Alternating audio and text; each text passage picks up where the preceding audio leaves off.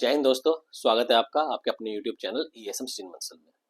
दोस्तों SSC CGL 2024 का exam over हो चुका है और मैं जानता हूँ आप सभी अब पोस्ट प्रेफरेंस को लेकर काफ़ी डाउट है आप सभी के मन में कि कौन सी पोस्ट भरें, किस पोस्ट में ट्रांसफ़र पॉलिसी है, किस में प्रमोशन अच्छा है, सैलरी कितनी रहेगी और किस जोन के मिलने के चांसेस हैं।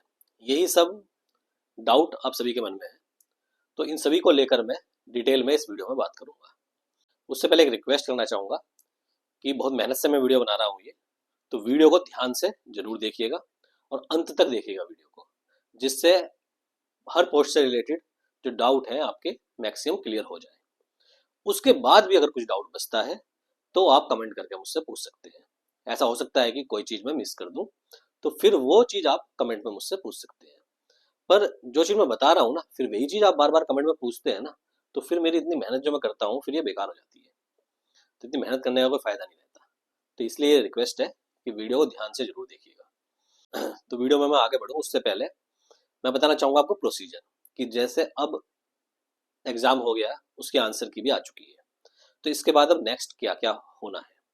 तो अब देखिए, अब सबसे पहले पोस्ट प्रेफरेंस फॉर्म आएंगे, मतलब वो ऑनलाइन आते हैं साइट पर, तो वहीं से आपको उसमें पोस्ट अपनी प्रेफरेंस पोस्ट भरकर और उसे फिर अपलोड करना होगा। उसके बाद फिर आपका उसी के बेसिस पे रिजल्ट डिक्लेयर होगा। आपको कौन सी पोस्ट मिलती है नहीं मिलती, वो फिर उसके बाद रिजल्ट डिक्लेयर होगा। फिर रिजल्ट डिक्लेयर होने के बाद अब एसएससी से जो आपके डोजियर है सारे, जो आपको जो रेस्पेक्टिव डिपार्टमेंट मिलता है, तो वहां आपके वे डोजियर डॉक्यूमेंट, मतलब वो आपके वहां चले जाएंगे रेस्पेक्टिव डिपार्टमेंट में। फिर तब उसके बाद जो अब एसएससी से जो है बोल सीधा डिपार्टमेंट के पाले में चली गई। अब डिपार्टमेंट वाले आपको फिर से वे जोन प्रेफरेंस फॉर्म भेजेंगे या स्टेट प्रेफरेंस फॉर्म, तो वे आपसे वो भरवाएंगे और फिर उसी के बेसिस पर आपको जोन और स्टेट अलॉट होगा। लेकिन सभी डिपार्टमेंट जोन और स्टेट प्रेफरेंस फॉर्म नहीं भरवाते हैं, ठीक है, कुछ रैंडमली भी अलॉट करते हैं। तो वो भी मैं बताऊंगा इसमें कौन सी ऐसी पोस्ट है जहां रैंडम अलॉटमेंट होता है, ठीक है, मतलब वहां आपको आपसे चॉइस नहीं पूछी जाएगी, रैंडमली अलॉटमेंट होगा और फिर आपको उसी के बेसिस पे जोन अलॉटमेंट होगा और फिर जो जोन या जो स्टेट मिलेगा वहीं पर आपको डीवी के लिए बुलाया जाएगा और उसी डीवी में वहीं पर आपका मतलब मेडिकल भी जो आपको करा के ही ले जाना होता है, तो वो सब उसी दिन डीवी के टाइम पर हो जाएगा, ठीक है, और फाइनल आपको फिर पोस्टिंग मिल जाएगी। तो ये प्रोसीजर हो गया। अब आइए देखते हैं पोस्ट वाइज क्या क्या, किस पोस्ट के क्या क्या प्रोज एंड कॉन्स हैं। तो सबसे पहले मैं बात करूं आईटी इंस्पेक्टर। देखो आईटी इंस्पेक्टर में अगर इनकम टैक्स डिपार्टमेंट में ही मतलब टोटल 18 जोन है पूरे इंडिया में, तो आपको स्टेट नहीं, ये जोन में डिवाइडेड है, तो उस 18 जोन में से कहीं पर भी आपको पोस्टिंग मिल सकती है। तो ये ऐसा डिपार्टमेंट है, यहाँ पर सबसे पहले जो मैं बताया था ना कि सब डिपार्टमेंट नहीं पूछते हैं जोन प्रेफरेंस के बारे में, आपसे नहीं पूछते हैं, तो इनकम टैक्स डिपार्टमेंट लेकिन आपसे पूछेगा। मतलब जब आपका सिलेक्शन हो जाएगा, पोस्ट मिल जाएगी, तो उसके बाद फिर डिपार्टमेंट की तरफ से आपके पास एक जाएगा मेल, जिसमें आपको अपना जोन प्रेफरेंस भर के भेजना होगा। तो ऐसे ही आईटी डिपार्टमेंट वाले जोन प्रेफरेंस के बारे में पूछते हैं, ठीक है। तो 18 जोन में से आपको सेलेक्ट करना होगा, जहां जहां वैकेंसी होगी उसके बेसिस पे आप सेलेक्ट करेंगे। तो आप वो जोन सेलेक्ट करेंगे, फिर आपको नंबर के बेसिस पे आपकी जो रैंक होगी उसके बेसिस पे आपको आपकी चॉइस का जोन मिल जाएगा, ठीक है, जैसे आपकी रैंकिंग होगी उसके बेसिस पे आपको अलॉट हो जाएगा। तो ये टोटल 18 जोन में डिवाइडेड है पूरे इंडिया में।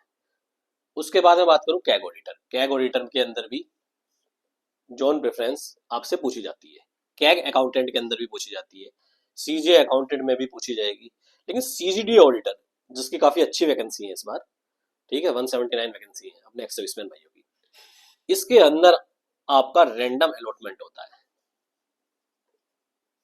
ठीक है, मतलब आपसे इसमें कोई चॉइस नहीं पूछी जाएगी।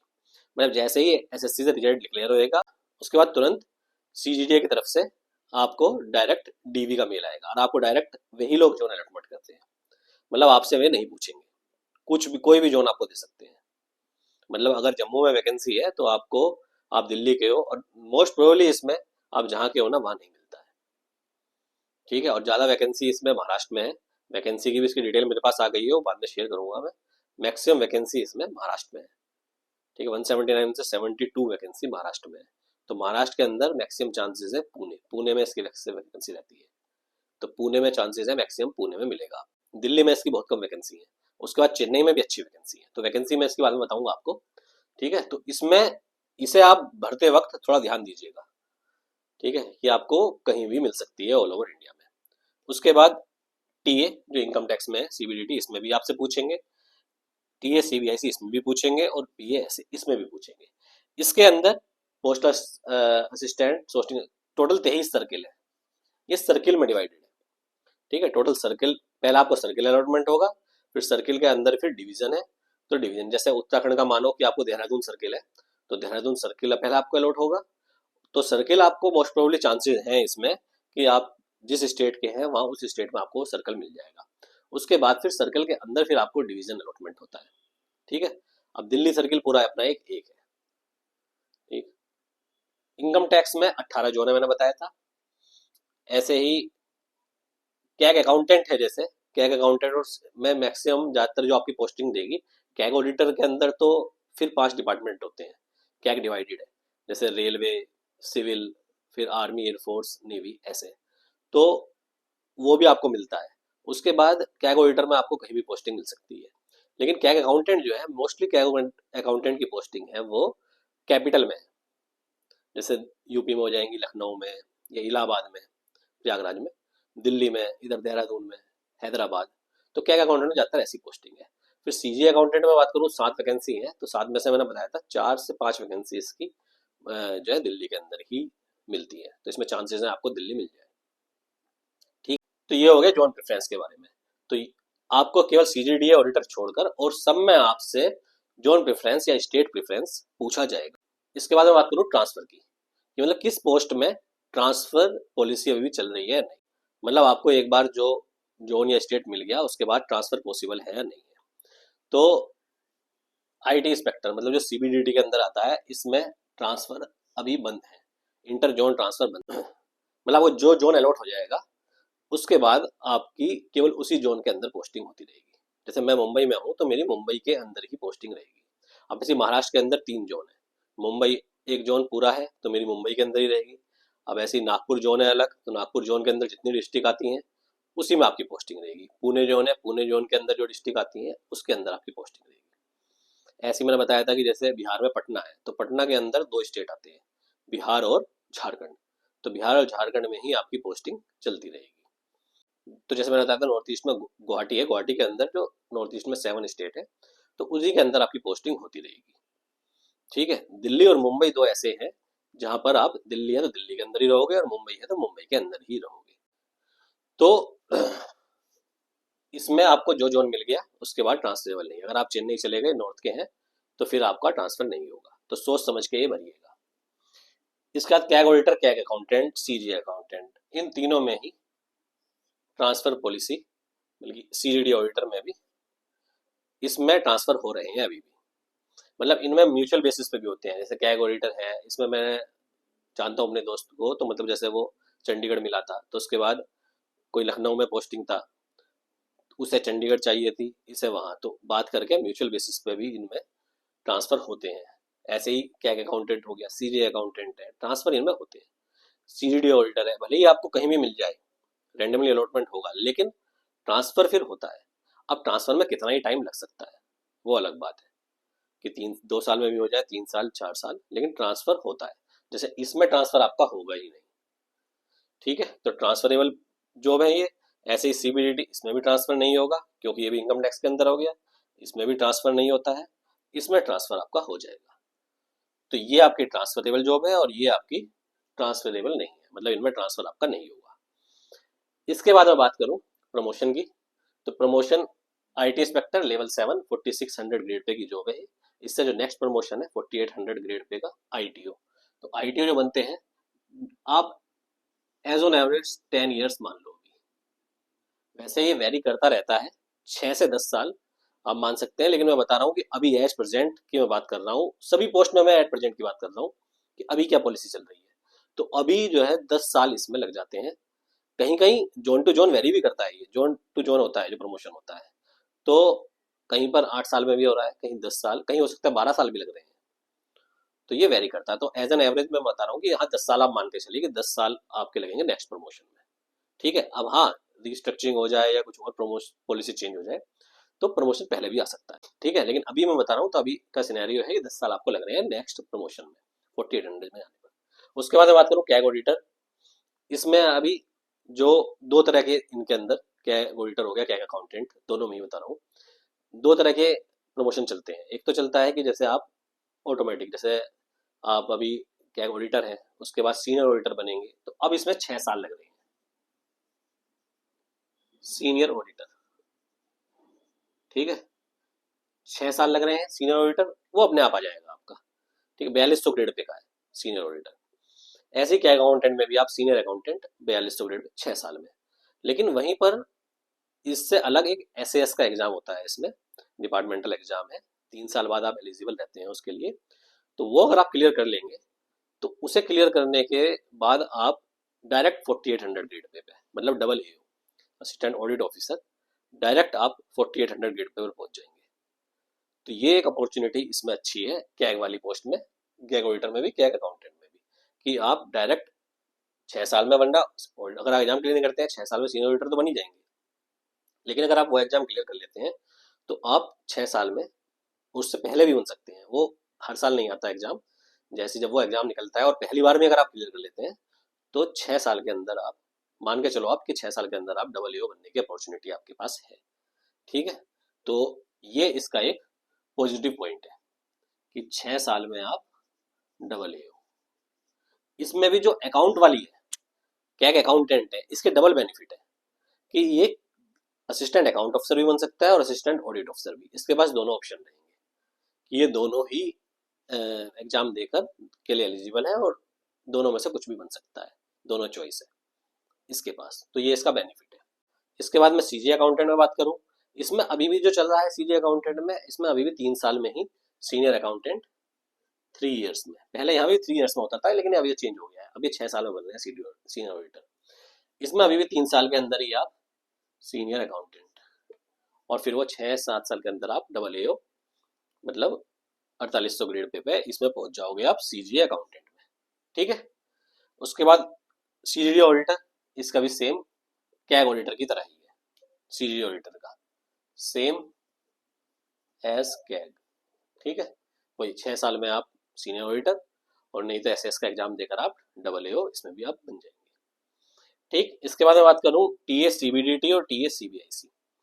तो ये दोनों TA की पोस्ट है। पहले देखो CBDT में अभी तक RR से पहले बहुत अच्छी पॉलिसी थी, प्रमोशन बहुत फास्ट था, लेकिन अभी जो न्यू RR आया है इसके बाद से अब आप ज्वाइन करेंगे तो 10 साल में बनेंगे OS ऑफिस सुपरिटेंडेंट। ठीक है, मतलब 4200 ग्रेड पे आप 10 साल में पहुंचेंगे। 10 साल तक मतलब कोई प्रमोशन नहीं है, मतलब 10 साल तक आप 2400 ग्रेड पे पर ही रहेंगे। 10 साल में आप OS बनेंगे और उसके बाद तो और 5-6 साल लगा लीजिए आप इंस्पेक्टर बनने के। तो मतलब जहाँ पहले अगर अभी ज्वाइन करते थे तो 5 से 6 साल में इंस्पेक्टर बन जाते थे, अब आप कम से कम 15-16 साल तो मान के चलिए, या उससे और ज़्यादा टाइम भी हो सकता है कि आप उतने टाइम में इंस्पेक्टर बने। और सेम इसमें TSCBIC में, उसमें तो पहले से ही ये था, इसमें पहले ही RR आ चुका था, इसमें अभी आया है। इसमें 10 साल में आप एग्जीक्यूटिव असिस्टेंट, वही OS के इक्विवेलेंट 4200 ग्रेड पे का वो बनेंगे, और उसके बाद जो फिर इंस्पेक्टर वाला होता है उसमें वही 5 से 6 साल। तो प्रमोशन इसमें स्लो है दोनों में। और फिर PASA की बात करूं, इसमें आप 8 साल 8 साल में आप 2800 ग्रेड पे के, इसमें और ज्यादा स्लो है PASA ऐसे। 8 साल में आप 2800 ग्रेड पे पर ही पहुंचेंगे, और उसके बाद तो फिर 4200 के लिए और मान लीजिए आप 8 साल हो, तो इसमें प्रमोशन और ज्यादा स्लो है। तो ये प्रमोशन आपने देख लिया, उम्मीद है यहाँ तक आपको सब क्लियर हो गया होगा। देखो बिल्कुल डिटेल में बता रहा हूँ मैं आराम आराम से, तो इसलिए ध्यान से आप ये सब सुनिएगा। इसके बाद मैं बात करता हूँ सैलरी की। तो सैलरी इनकम टैक्स इंस्पेक्टर में अभी एज ऑफ नाउ आप ज्वाइन करेंगे तो लगभग इसमें 95K के आसपास बैठेगी अभी अगर ज्वाइन करते हैं आप। ठीक है, क्योंकि लेवल 7 की ये जॉब है और 4600 ग्रेड पे की। इसके बाद जो ये जो चारों पोस्ट है ये 2800 ग्रेड पे में है, और इन पे लगभग आपकी 60K के आसपास बैठेगी। ये मैं मेट्रो सिटी की बात कर रहा हूँ कि मेट्रो सिटी में इससे ये क्योंकि ग्रुप एक्स में आती है ये, इसके बाद ग्रुप वाई में अगर आप जाएंगे पोस्टिंग मिलेगी तो वहाँ आपकी सैलरी थोड़ी कम हो जाएगी क्योंकि एचआरए कम हो जाता है, अलाउंस टीपीटी अलाउंस थोड़ा कम हो जाता है, तो उसके हिसाब से अंतर आ जाएगा। ये मैं बात कर रहा हूँ दिल्ली मुंबई ऐसी जगह पर अगर आप पोस्टिंग है तो इतनी आपकी सैलरी बैठेगी। इसके बाद ये जो पोस्ट है तीनों ये 2400 ग्रेड पे की है, ये यूडीसी वाली जो है ये भी सब 2400 ग्रेड पे की है। उनमें लगभग आपकी 55 के आसपास बैठेगी आपकी सैलरी। ये अभी की सैलरी है और आप जानते हैं अब 8 पे कमीशन बैठ गया है तो अगले साल से वो इम्प्लीमेंट भी हो जाएगा, तो उसके बाद सैलरी और थोड़ा अच्छी सैलरी हो जाएगी इसमें भी। इसके बाद मैं बात करता हूँ वर्क कल्चर की। तो वर्क कल्चर में बताऊं क्योंकि बार बार हम बैंक से कंपेयर करते हैं कि बैंक से के कंपेयर में वर्क कल्चर कैसा है। बैंक के कंपेयर में हमने सैलरी तो देख ली, सैलरी बहुत कम है। अब 8 पे कमीशन के बाद भी चेंजेस आएंगे लेकिन इतने ज़्यादा चेंजेस नहीं आ जाएंगे, फिर भी आप बैंक के बराबर नहीं पहुंच पाएंगे। हाँ ये है कि सैलरी अच्छी हो जाएगी 8 पे कमीशन के बाद। पर वर्क कल्चर की मैं बात करूँ तो वर्क कल्चर जैसे बैंक में पब्लिक डीलिंग है ना, तो ये इसमें ये पोस्टल असिस्टेंट छोड़ दीजिए और कोई भी पोस्ट पब्लिक डीलिंग वाली तो है नहीं आपकी, तो वर्कलोड कंपेरेटिवली उसके कंपेयर में कम है। इसके बाद में बात करूँ जैसे टीए है, बहुत ही कम वर्कलोड है, मतलब काम बहुत कम है। ठीक है, ऐसी टीए सीबीआई तो ये सब थोड़ी रिलैक्स वाली पोस्ट है ना। ऐसे ये ऑडिटर अकाउंटेंट तो इतना ज़्यादा वर्कलोड नहीं देखने को मिलेगा इसमें। ठीक है, आईटी इंस्पेक्टर में है वर्कलोड पर और सब पोस्ट में इतना ज़्यादा आपको वर्कलोड देखने को नहीं मिलेगा। लेकिन इसमें भी वर्कलोड है आईटी इंस्पेक्टर में, लेकिन इसमें भी आपको काम करने में अच्छा लगेगा। ठीक है, वैरायटी ऑफ वर्क है, ऐसा नहीं है कि बैंक की तरह केवल एक ही काम है कि बस डेली पब्लिक डीलिंग और वही गए। यहाँ पर आपको वैरायटी ऑफ वर्क देखने को मिलता है, तो चैलेंजेस भी है, तो अच्छा लगता है। ठीक है, तो ये वर्क कल्चर की बात हो गई। तो उम्मीद है मैंने सारे ही पॉइंट कवर कर दिए होंगे हर पोस्ट के रिलेटेड, हर पोस्ट में क्या क्या फायदे हैं क्या क्या नुकसान है, तो इससे अब आपको पोस्ट अपना सेलेक्ट करने में आसानी होगी। यूडीसी की जो पोस्ट है वे मैंने कवर नहीं करी है क्योंकि डिफरेंट मिनिस्ट्री में है वे, तो उसमें नॉर्मली ज़्यादातर पोस्ट जैसे यूडीसी मैट वाली है उसके चांसेस हैं कि दिल्ली में ही आपको मिल जाए। फिर डीजी स्टेट्स वाली है उसमें भी चांसेस हैं दिल्ली में मिल जाए, नहीं तो आपको कैपिटल में मिलेगी। ठीक है, प्रमोशन उसमें भी स्लो है और पेमेंट उसमें 2400 ग्रेड पे की है तो लगभग इतनी ही बैठेगी आपकी। ठीक, तो यूडीसी वाला आप और खुद भी यूडीसी वाला आप चाहे तो मतलब नेट पर आप देखेंगे ना तो उसमें वहां जाकर देख कर आप कि डाल के पोस्ट वाइज डालकर कि कहाँ का इनके ऑफिस है थोड़ा आइडिया ले सकते हैं। और मैंने आरटीआई डाल दिया है, वैकेंसी की डिटेल आ जाएगी यूडीसी वाली तो वो भी मैं आपके साथ शेयर कर दूंगा, तो उससे आपको आसानी हो जाएगी।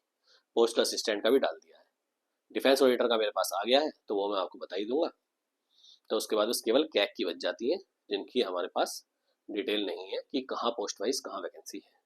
इसके बाद देखो फॉर्म कैसे भरना है। अब एक बड़ा सबसे बड़ा कंफ्यूजन है कि हम कैसे पोस्ट सेलेक्ट करें, कैसे भरें, किसको पहले रखें क्या रखें। तो अब आपको देखो मैंने कट ऑफ बता दिया था एक्सपेक्टेड कट ऑफ की क्या रहेगा, तो आपको आइडिया है, जैसे इतना आइडिया देखो आपको खुद लग सकता है। अब जिसके भी मान लिया 305 10 इतने नंबर आ रहे हैं तो वे अगर आईटीआई भरेंगे तो आईटीआई तो मिलना ही मिलना है उन्हें, उसके साथ में वे जो जोन भी प्रेफर करेंगे ना तो वो जोन के चांसेस हैं उन्हें वो मिल जाएगा। लेकिन 290 वाला या 285 वाला अगर वो आईटीआई भरता है और आईटीआई में फिर वो चाहेगा कि मुझे दिल्ली मिल जाए या चंडीगढ़ मिल जाए तो वो पॉसिबल नहीं है ना। तो वो आपको डिसाइड करना है कि अगर मेरे 285 290 नंबर है तो मैं आईटीआई भरूं। आईटीआई अगर भर रहे हैं तो आप ध्यान रखें मैंने वैकेंसी आपके साथ शेयर कर दी है, कोची में भी 3 वैकेंसी है, चेन्नई में 1 है और गुवाहाटी में भी 5 वैकेंसी है, तो हो सकता है आपको गुवाहाटी मिल जाए। तो उसके लिए आप मेंटली प्रिपेयर रहना, वो पोस्ट भरने से पहले रिस्क थोड़ा उठाना पड़ता है। तो देखो जैसे जब मेरे टाइम में फॉर्म आए थे मुझे ये क्लियर था कि मुझे आईटी इंस्पेक्टर मिल जाएगा लेकिन वो दिल्ली नहीं मिलेगा। मैं तैयार था मेंटली चेन्नई के लिए भी क्योंकि चेन्नई में हमारे टाइम में 10 वैकेंसी थी, तो मैं मेंटली प्रिपेयर था कि हाँ चलो चेन्नई जाएंगे, पर मुझे यही लेनी है।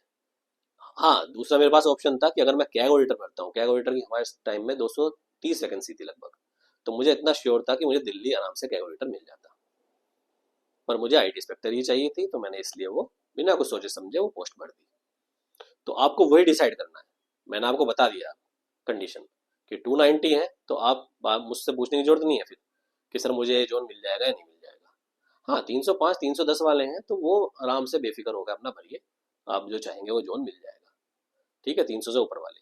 पर 290 वाले की गारंटी नहीं है ऐसे ही। लेकिन 290 वाले की इतनी गारंटी है कि अगर वो कैग अकाउंटेंट या कैग ऑडिटर चूज करता है तो उसके चांसेस हैं कि उसे दिल्ली मिल जाए। उसमें भी चांसेस है, इसलिए बोल रहा हूँ कि दिल्ली की हमें एग्जैक्ट वैकेंसी बतानी है कितनी हो। लेकिन 290 में जब आप कैग ऑडिटर भरेंगे ना, तो कैग ऑडिटर की जब लिस्ट आएगी उसमें आप सबसे ऊपर होंगे। 290 वाले कुछ ही लोग केवल कैग सेलेक्ट करते हैं, तो उसमें सबसे ऊपर होंगे आप। तो दिल्ली में अगर एक वैकेंसी भी होगी ना, जिसकी प्रोबेबिलिटी बहुत ज्यादा है कि इतनी वैकेंसी तो होती ही होती है, तो आपको वो वैकेंसी दिल्ली वाली मिलेगी ही मिलेगी। ठीक है, तो ये कैलकुलेशन आपको करनी है। इसके बाद अगर मान लिया आपके 270 आ रहे हैं, अब देखो सीजीडी ऑडिटर वो ऊपर भरने का कोई फायदा नहीं है। अगर आपके 290 है, सीजीडी ऑडिटर भर देते हैं, मिल जाएगी आपको, लेकिन अलॉटमेंट रैंडमली होगा। अब ऐसे ही अगर मान लिया आपके 250 नंबर आ रहे हैं, 250 मार्क्स अगर आपके आए, तो आपको, अगर आप उसके बाद भी आप भर रहे हैं टीए भरे हैं जैसे, तो टीए मिल जाएगा आपको, और टीए में आपको चांसेस है कि दिल्ली वाले वैकेंसी है तो दिल्ली मिल जाएगी। लेकिन अगर पीए भरेंगे आप, तो 250 मार्क्स में अगर पीए को फर्स्ट प्रेफरेंस देंगे, तो पीए आपको 100% चांस है आप जहां चाहोगे वहां मिल जाएगा, उस सर्किल में मिल जाएगा। ठीक है, वहीं अगर आप 260 से ऊपर है, तो 260 से ऊपर में टीए अगर आप दिल्ली चाहेंगे तो दिल्ली मिल जाएगा। ठीक है, जो मैंने कट ऑफ बताया था ना कि भाई लगभग मैं बता रहा हूँ कि टीए का मान लिया 225 के आसपास रहेगा, तो वो मिनिमम है। कट ऑफ मतलब मिनिमम है कि उसमें सिलेक्शन तो हो जाएगा, लेकिन आपको आपका प्रेफरेबल जॉब नहीं मिलेगा या सर्किल नहीं मिलेगा। हाँ, 230 अगर आपके आ रहे हैं और आप टीए और पीए, मैं बोलता हूँ दोनों मिल जाएंगे आपको, लेकिन टीए आपको होम स्टेट नहीं मिलेगी। वहीं 230 पे पीए में आप जहाँ चाहेंगे वहां मिल जाएगी। तो इस हिसाब से कैलकुलेशन कीजिए अपनी। वैकेंसी की भी डिटेल मैंने दे दी है, कहाँ कहाँ क्या है। कट ऑफ अंदाजे से मैंने बता ही दिया है कि लगभग इतना इसके आसपास कट ऑफ रहेगा। ठीक है, अभी मैंने समझा भी दिया है आपको। फिर भी अगर सिलेक्शन में कुछ दिक्कत आ रही है तो हम उससे पूछ सकते हैं। अब कितनी प्रेफरेंस भर सकते हैं आप, देखो जो फॉर्म आएगा उसके अंदर, जैसे एक्स सर्विसमैन की अगर बात करूँ, लगभग 19 पोस्ट के आसपास से एलिजिबल रहते हैं। इतनी पोस्ट है जिनके लिए वे एलिजिबल रहते हैं, तो आप सारी 19 की 19 चॉइस भर सकते हैं। अगर आपको चाहे तो दो चॉइस भी भर सकते हैं, चाहे तो केवल एक, जैसे आईटी इंस्पेक्टर चाहिए केवल एक चॉइस भर दी बस, और पूरा ब्लैंक छोड़ सकते हैं। ठीक है, तो वो आपकी चॉइस है, ये आपको बार बार पूछने की जरूरत नहीं है फिर मेरे से कि सर मैं 5 भरूं या मुझे पूरी सारी भरने की जरूरत है क्या, या मैं केवल 2 ही भर दूं। आपकी चॉइस है, आप चाहे तो एक भरें, चाहे 2 भरें। ठीक है, और चाहे तो ना ही भरें। नहीं भरेंगे तो आपका सीट बच जाएगी फिर। एक और चीज मैं रिक्वेस्ट करना चाहूंगा, देखो हम सब एक्स सर्विसमैन हैं और हमें थोड़ा सोचना चाहिए अपने भाइयों के बारे में। ऐसे काफी लोग हैं जो 2 3 3 4 4 साल हो गए हैं, सिलेक्शन नहीं हुआ है। वहीं ऐसे भी कैंडिडेट हैं जिनका अगले साल रिटायरमेंट है, और वे अभी मतलब वे एलिजिबल भी नहीं है इसके लिए, वे एग्जाम दिए हैं। तो उन्हें मैं पहले ही बता चुका हूँ कि उन्हें पोस्ट प्रेफरेंस भरने का कोई फायदा नहीं है, डीवी में वे बाहर होने ही होने हैं। अभी देखो आरआरबी का डीवी हुआ है, आरआरबी के डीवी में इवन जिनका 30 जून को भी, क्योंकि 26 जून उसमें कट ऑफ था, 30 जून को भी जिनका रिटायरमेंट है ना, उन्हें भी यूपी और राजस्थान के डीवी से बाहर कर दिया, जबकि बैंक काफी लिबरल है। ठीक है, एसएससी वाले तो आपको गेट से ही बाहर कर देंगे, सबसे पहले वो यही चीज चेक करते हैं, वहीं से बाहर कर देंगे। तो आप पोस्ट भर के पोस्ट खराब मत कीजिए। दूसरा, बहुत से ऐसे कैंडिडेट हैं जिनका आरआरबी में सिलेक्शन हो गया है, तो मैं उन्हें पोस्ट भरने से मना नहीं कर रहा हूँ। लेकिन आपके मान लिया अगर 250 मार्क्स है, 250 मार्क्स हैं, अगर देखो आपके 280 270 उसमें जा रहे हैं कैग या आईटी इंस्पेक्टर की रेंज में, उन्हें आप भरिए। लेकिन अगर आपके 250 मार्क्स हैं और 250 मार्क्स में आप डिसाइड कर लीजिए, देखो आपको टीए या पीए ही मिलेगा, मैंने बताया था। तो अगर और आपका ये डिसाइडेड है कि मैं टीए पीए ज्वाइन नहीं करूंगा, लेकिन फिर भी एक कि चलो भाई बस कि हाँ यार मैंने ये भी क्लियर कर दिया, मुझे ये पोस्ट मिली है, ये केवल दिखाने के लिए आप एक पोस्ट भर देंगे और बाद में डीवी भी नहीं कराएंगे, वो पोस्ट वेस्ट हो जाएगी। वहीं जहाँ हमारे भाइयों की जरूरत है ना, उन्हें वो नहीं मिल पाएगी। तो मैं पहले ही बता चुका हूँ आपको, देखो आरआरबी पीए के कंपेयर में बहुत अच्छा है, टीए के कंपेयर में भी। अब टीए का भी देखो प्रमोशन इतना लेट हो गया है, पेमेंट बहुत कम है, आरआरबी में ज़्यादा वर्कलोड भी नहीं है। ठीक है, तो आरआरबी मेरे से पूछेंगे आप पर्सनली, तो टीए और पीए दोनों के ही कंपेयर में आरआरबी का क्लर्क बहुत अच्छा है। तो जिसका सिलेक्शन हो गया है वो टीए और पीए की पोस्ट खराब ना करे, आरआरबी ज्वाइन करे, ये मेरी एक रिक्वेस्ट है उन सभी भाइयों की तरफ से भी जो अभी वेट कर रहे हैं अपने पहले रिजल्ट का। और मैं भी ये रिक्वेस्ट करना चाह रहा हूँ आप सभी से, सिलेक्शन हो गया है आरआरबी में, आप में कैलिबर है, आपका मुझे उम्मीद है IBPS भी क्लियर होगा और SBI भी आ रहा है, अभी उम्मीद है SBI भी क्लियर हो जाए। तो आपके पास बैंकिंग में चॉइस है। हाँ, सीजीएल में अगर अच्छी पोस्ट मिल रही है तो उसे जरूर अप्लाई करें, लेकिन आपका जिनका आरआरबी में सिलेक्शन हो गया है वो पीए और टीए की पोस्ट ना भरें। मतलब ये रिक्वेस्ट है। उम्मीद है आप इस रिक्वेस्ट को मानेंगे और पोस्ट खराब नहीं करेंगे, क्योंकि हर साल यही देखने को मिल रहा है, बहुत ज़्यादा रिपीटर ही केवल सीजीएल की पोस्ट अप्लाई कर देते हैं और फिर बाद में वे ज्वाइन नहीं करते और पोस्ट सारी वेस्ट हो जाती है। हर साल पे पोस्ट वेस्ट हो रही है। तो सभी रिपीटर कैंडिडेट्स हैं, इवन सिविल में भी, जो सिविल के भी कैंडिडेट हैं उनसे भी मेरी रिक्वेस्ट है, पोस्ट खराब मत कीजिए। आपको भरनी है, जैसे आपको मान लीजिए 250 नंबर भी है तो आपको भरना है। हाँ, मुझे आई टी इंस्पेक्टर भर दीजिए, कोई बात नहीं मिले वो अलग बात है। या कैग भी भर दीजिए, कैग ऑडिटर भर दीजिए, कैग अकाउंटेंट, क्या पता आपको मिल जाए CAG auditor CAG accountant 250 number में, क्या पता आपके नंबर बढ़ जाए, वो मिल जाए। लेकिन आप पीए भर देंगे, पीए आप कि मैं पीए भी भर देता हूँ और मैं ज्वाइन नहीं करूंगा, तो पीए आपको मिल जाएगा और आप ज्वाइन नहीं करोगे, पोस्ट खराब हो जाएगी।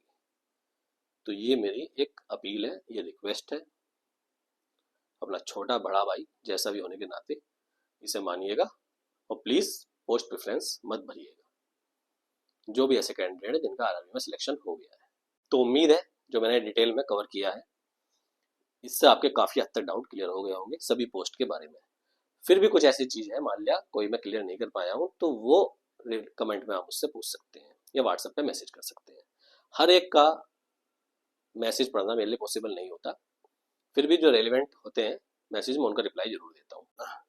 ऐसे व्हाट्सएप पे भी जितना मेरे से पॉसिबल हो पाता है मैं सबके रिप्लाई देने की कोशिश करता हूँ। लेकिन आप मेरी भी थोड़ी कंडीशन समझिए कि मैं भी जॉब में थोड़ा बिजी रहता हूँ, उसके बाद भी मैं जैसे टाइम निकल के आपके डाउट क्लियर कर रहा हूँ, तो थोड़ा रेलिवेंट डाउट पूछिए। अब मैंने जो चीज़ इसमें कवर कर दी है, बार बार फिर वही पूछने से कि सर मेरे 260 हैं, मुझे आईटी इंस्पेक्टर मिलेगा या नहीं मिलेगा, वो पूछने का कोई फायदा नहीं है। ऐसे क्वेश्चन मैंने बता दिया आपको, कितने मैंने बताया, जो मैंने कट ऑफ बताया उससे 19-20 रहेगा, प्लस माइनस 5 नंबर मान लो, 5-6 नंबर, थोड़ा इतना आप कैलकुलेशन कर सकते हैं। तो उम्मीद है वीडियो पसंद आई होगी आपको। पसंद आई है तो जितने भी अपने एक्स सर्विसमैन भाई हैं उनके साथ ज़्यादा से ज़्यादा शेयर करना मत भूलिएगा और वीडियो को लाइक करना मत भूलिएगा। तो मिलते हैं अगली वीडियो में। धन्यवाद। जय हिंद।